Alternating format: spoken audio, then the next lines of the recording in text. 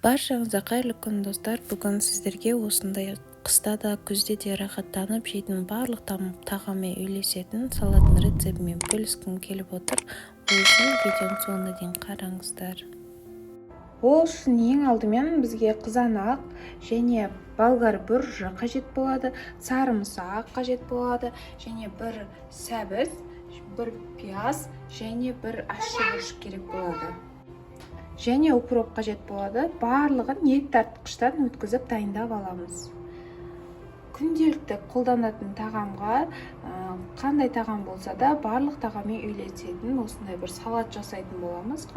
Барлық көкөністі ет тартқыштан өткізіп аламыз. Ең алдымен қазір ақ майымызды құйып аламыз. Кішкене ғана ақ майды құйып майымызды қыздырып аламыз. Қызыған майымызға пиязымызды саламыз.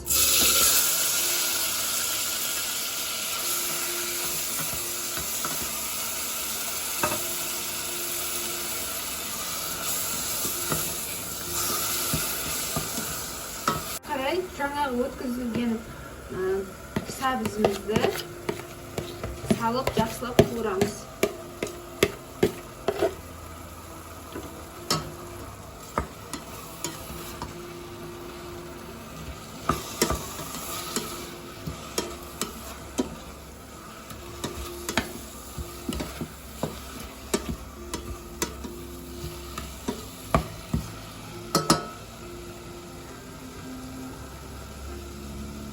Көп қуырудың қажеті жоқ, 1-2 минут қуырсақ, соның өзі жеткілікті. Қуырылды, міне кішкене ғана қызарып шыққан кезінде біз ары қарай қызанағымызбен бұрышымызды ет тартқыштан өткізген дайындағанымызды саламыз.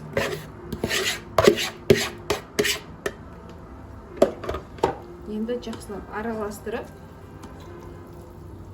қайнағанын күтетін боламыз.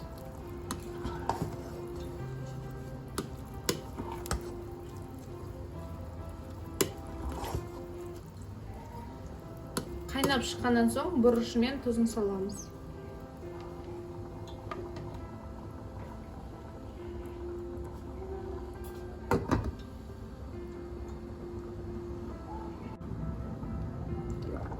Міне қайнап жатыр. Осы уақытта бір шай қасық кориандр. Менікі аз мөлшерде болғандықтан сіз өзіңіздің жаңағы істеп жатқан салатыңызға қарап тұз, бұрыш саласыз.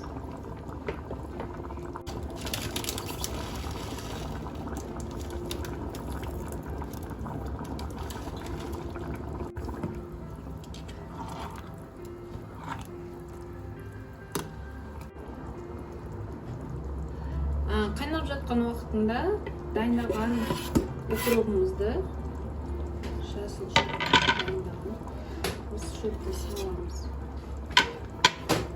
Енді араластырып 1 сағат, жарты сағат қайнатамыз. Баяу отта.